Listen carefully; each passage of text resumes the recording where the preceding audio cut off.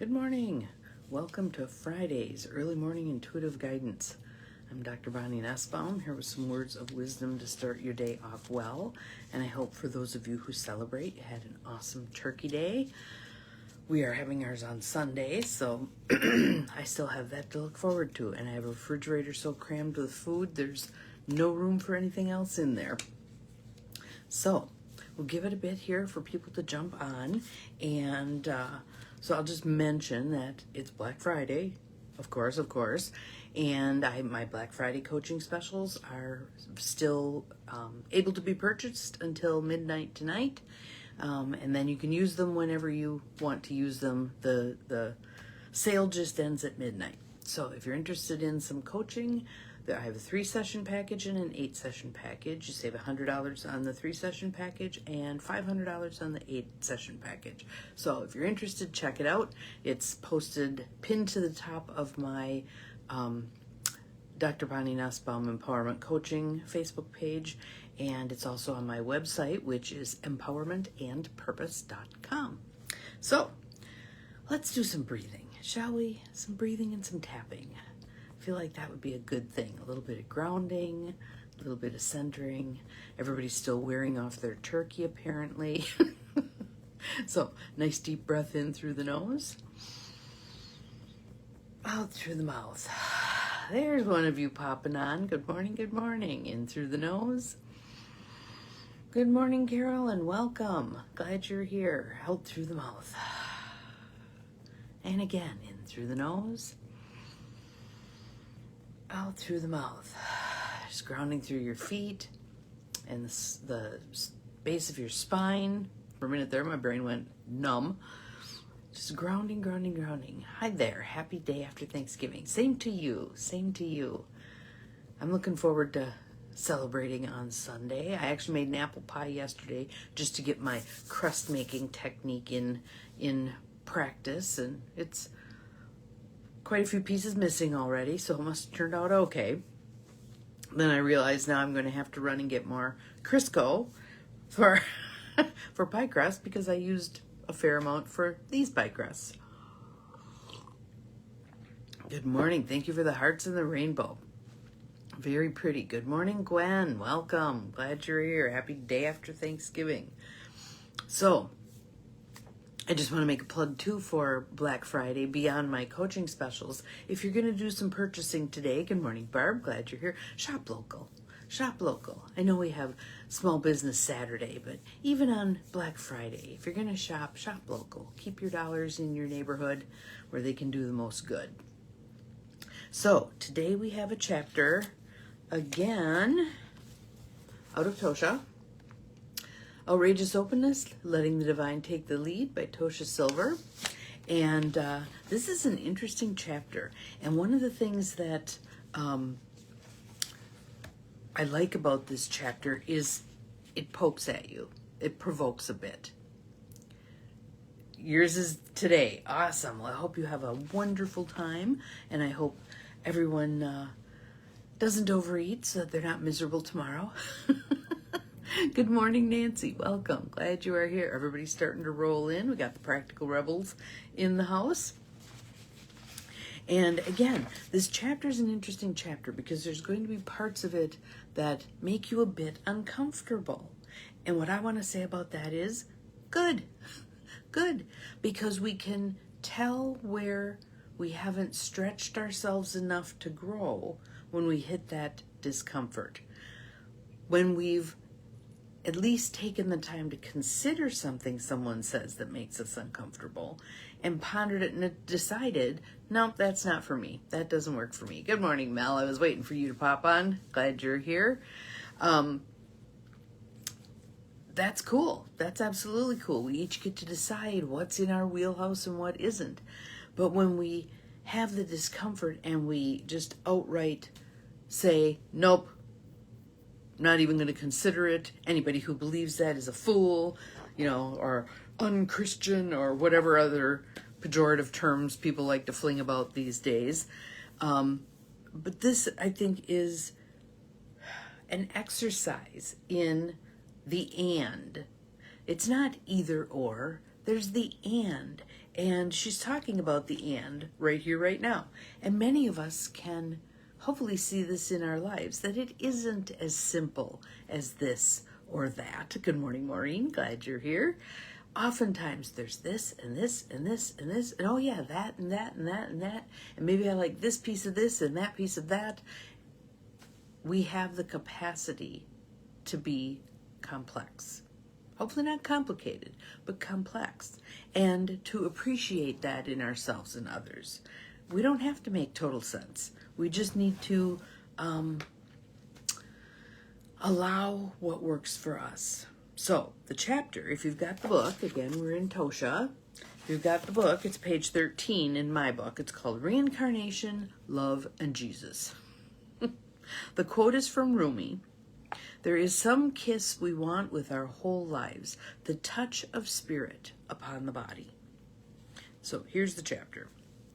The idea of past lives has always just made practical sense to me. How else can we explain why a person or place feels overwhelmingly familiar from the start? Or how phenomenal talents emerge with no training? How could Mozart compose sonatas at age 7? Or a little girl in London sing arias almost without training? And how could a New Yorker I know feel her way around Paris from day one without a map? All of those things would suggest some common thread of knowledge, right? So again, here she's sharing a story. I gave a reading once to a Japanese woman who grew up consumed by the tango. As a child outside Kyoto, she found a sultry album that saved her sanity. Moving to Argentina in her 20s to study, she then traveled the world as a dancer and teacher. I remember her saying, my torrid, passionate Latin soul was birthed in wet, cold Japan. All of which explains my love affair with Jesus. Here I am, from a fine, upstanding Jewish family, replete with 3 uncles and 3 cousins who are rabbis, but I've always had an abiding, fiery love for Jesus. Mind you, I never wanted to convert to Christianity, or any other religion for that matter. Good morning, Beth. You're in Detroit. Hello to Detroit. I just loved him. I watched Agnes of God in a Greenwich Village movie house many years ago. In an extraordinary scene still seared in my psyche, Meg Tilly took her novice vows, lying on the wooden convent floor to ecstatically intone, I am the bride of Christ. I am the bride of Christ. I can still see her round-shaved head, her glistening gold wedding band, her dark robes. The next thing I knew, I was uncontrollably shaking, sobbing, flooded with memory. How else to explain but past lives as a nun? Hell, I grew up with Hebrew school 3 times a week and was even bat mitzvahed, yet there I was, the love of Jesus ripping through me in that theater like a cyclone. I was crying so hard the woman in the next seat shot me a dirty look and moved her row. So every Christmas, I decorate a small silver tree in my living room with tinsel, popcorn, and twinkling lights. That alone would have been quite the shanda or scandal in my childhood. And every Good Friday, I sit for hours in Grace Cathedral in San Francisco. When this holy day coincides with the sacred week of Passover, I walk afterward to David's Deli down the street for chicken matzo ball soup. See, she's doing both. She's doing and. But my heart is still on that cross. However, it's also with the Buddha, Lord Shiva, Ganesh, Kali, the Shekinah, that one I'm not, and every other resplendent, scintillating, riveting, mesmerizing, intoxicating form of divine love I am drawn to each day like a flame. So I kiss the statues on my altar and bathe their little feet in rosewater. I make them tiny necklaces of amethyst and pearl. I feed them almonds and oranges and sometimes even Szechuan Chinese food. You see, when it comes to God, I am utterly, completely, and madly polyamorous. Good grief, Bonnie. Yeah. And to tell the truth, I just don't think Jesus would mind. Not at all. So Jesus, in my mind, was an and kind of being. Didn't have to be either or. There was the and. How about for you? Where do you find yourself really, really, really wanting to hang on to either or? It's either this or it's that. And usually when we're hanging on tightly to the either or, it's about fear. It's about fear. We want to make things simple. We want to make things understandable for ourselves. So we lock ourselves into either or. When really, ask yourself the question, what would happen if I went with and? What other options, in addition to the two, might appear that I can't see right now because I'm so locked into either or? What other options might appear if I went with and? Of those options that appear, what ones am I uncomfortable with? Because again, if we're locking ourselves into this or that, something about the other options feels very uncomfortable. Be honest with yourself. Tell yourself, well, I'm uncomfortable with this. That's why I'm sticking with the either or. At least be honest with yourself about it. At least be honest with yourself.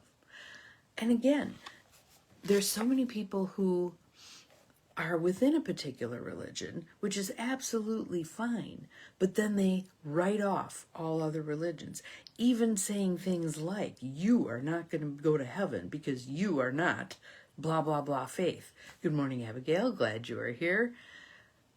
My question to them always is, and who are you to decide? Yeah. So, try out the and. Play around with it a little bit today. Where am I caught in either or, and where would and serve me better? Even if I'm afraid, even if there's aspects of the and that are distasteful to me, I really want to take a look at what is this about that I'm so locked into either or. Try it out. See what you get. Love to hear some feedback. All of us do this. All of us do this. As human beings, our brains are even wired to compartmentalize stuff. So it's a way to try to move about the world more effectively, more comfortably, but it doesn't necessarily create the safety we think it creates. So, one more plug for my Black Friday specials, coaching specials, which will end at midnight tonight. 3-session package, 8-session package. Time to do some of this work if you're ready. Saving $100 on the 3-session package and $500 on the 8-session package.